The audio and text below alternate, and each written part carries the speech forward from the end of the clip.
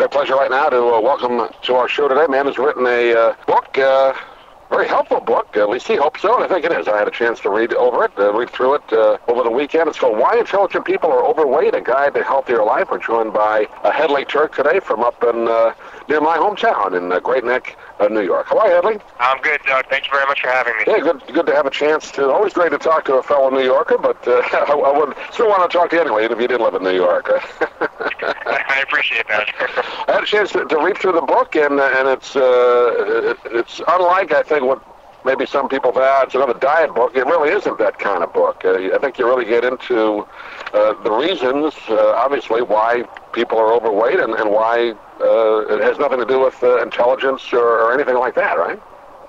That's true. Most people think the causes of being overweight are overeating, lack of exercise, stress, emotional eating, and while those are all the causes of being overweight, they're not the root cause of being overweight.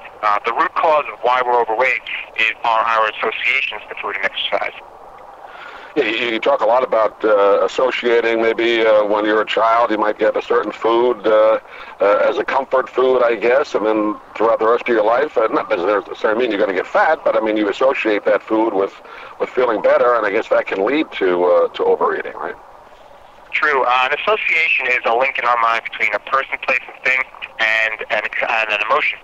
So how this works with food is, once upon a time, you ate a food, be it a piece of chocolate, a piece of cake, or a bowl of ice cream, and you liked the way it tasted. It made you feel good.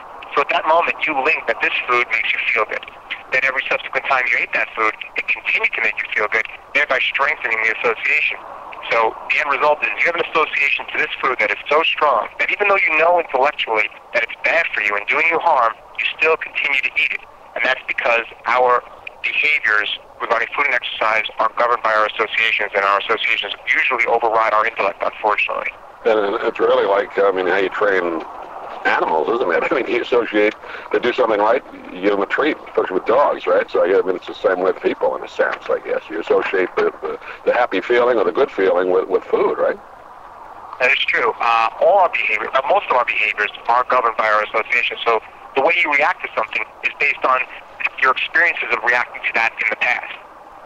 Now, how do those associations, I mean, obviously not everybody gets addicted to food, but that can lead to a food addiction. Do we know why people become addicted to food? Well, again, through repetition, through these links, when they make an association to this food, this makes me feel good. People are naturally going to want to experience pleasure again. Mm-hmm. So, in this case, it's food. This makes me feel good. I want to experience this pleasure again, and that's just, we naturally gravitate towards that. And stress, obviously, when people undergo that, they look for something to relieve that, and I guess one of the things they would go to first would be food, as opposed to maybe, I mean, the worst things it would be would be drugs or alcohol, but in a sense, food can become as bad if you overeat it, obviously. That's true, and they do that to change their state from feeling bad to feeling good. But they know that in their mind, ooh, food makes me feel good, I'm going to turn to that. Now, you talk about it in the book. I mean, you went through this yourself. Was it something as a child that you think it started, or was it later in life as an adult? No, it was later in life. I just became addicted to chocolate donuts.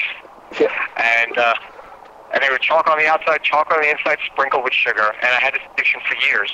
It started out as a once-a-week thing. I would get this urge, and I would go out and buy a box. And I would bring the box home and devour all 8 donuts in one sitting. And over time, that increased to a two-time-a-week treat. And then gradually that increased to a 2-day-in-a-row excess, which means I was buying 2 boxes of donuts 2 days in a row. So I was eating quite a few donuts over a 2-day period. And that's when I realized that I had a problem. I was no longer in control of my behavior. Now food was controlling how I was behaving. And that's when I resolved to make a change. Now, was there a moment that you said, well, I can't do this anymore, or was it over the course of a period of time? Did you look in the mirror one day and say, well, I don't like the way I look, and that was your changing moment, or anything particular that happened? It was just the moment where I realized, oh my God, I've just eaten 16 donuts in 2 days. This is a problem. And I didn't have the results weren't obvious on the outside because I played a lot of basketball and I worked out and yoga, so I wasn't gaining much weight. But the reality is, and the reality was I wasn't even admitting to myself, was eating all these donuts is going to have a bad long-term effect on my body. I'm going to experience some health problems. No matter how much exercise I do, if I'm eating these donuts, I'm going to suffer in the long term. Now, you do talk in the book, obviously, about overcoming that, and exercise is one way to do it, but it's more of a mental approach as well. You can't just exercise it away. You have to change your habits, don't you? Right. It's really all mental. You first and foremost have to change your associations. You have to change your association with food, how you feel about foods, from a positive to a negative, so that you no longer want to eat those foods. And you have to change your associations with exercise from a negative to a positive. So people don't, if a person doesn't exercise, they're not exercising because they have negative associations with exercise. For example, they may feel that it's too hard, it hurts, I don't like sweating, I'm embarrassed. With associations like that, you're never going to exercise. So you need to change those from a negative to a positive.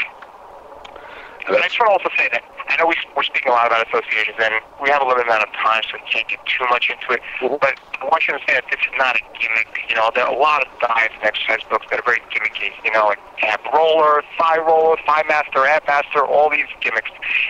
This is the crux of why we're overweight. This is why diet books and health books in the past haven't worked, because they're all gimmicky and they haven't gone to the crux, the root of why we're overweight. That's one reason I want to talk to you. Normally, you get a lot of press releases about diet books, and I try not to do too many of them because, like you said, they're either the fad of the month. But I think you, just the title of yours and then reading through it, you get, like you said, to the emotional state, what causes it, and I think that's obviously the key to it. And you say it's not a quick fix either. It may take you a couple of months to get back on track, or longer. But if you stay with this approach, you have the best shot, right?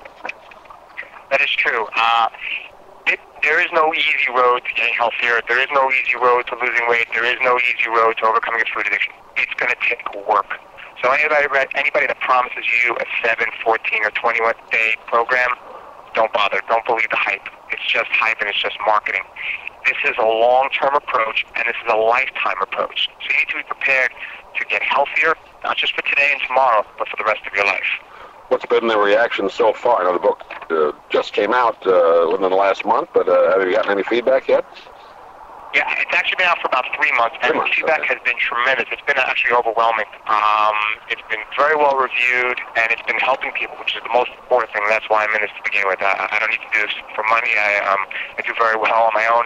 It's just to help people, and it has been just, the response has been overwhelming. I can't even put it into words, and I'm very thankful that people are deriving such benefit from it. And I hope the reason why I'm doing this interview and others interviews like it is because I want to get the book out there, because it has the potential to help literally tens of millions of people who have not been helped up to this point.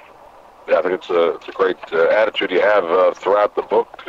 And Hedley Turk has been our guest. Hedley, you have a website can get a hold of you, obviously, and the book, or they can send you an email with feedback. Sure. The website for the book is whyareweoverweight.com. Again, that's whyareweoverweight.com, and feel free to contact me. There's also information about the book and about food addiction and about getting healthier. Great. Hedley, appreciate you taking a few minutes today. Again, congratulations on your success with it. I mean, obviously, to help your personal health is probably in good shape now, right? Yes, it is. Yes, it is. Knock on wood. That's right. And look forward to talking to you again down the road. And thanks for being with us today. Thank you very much, Doug.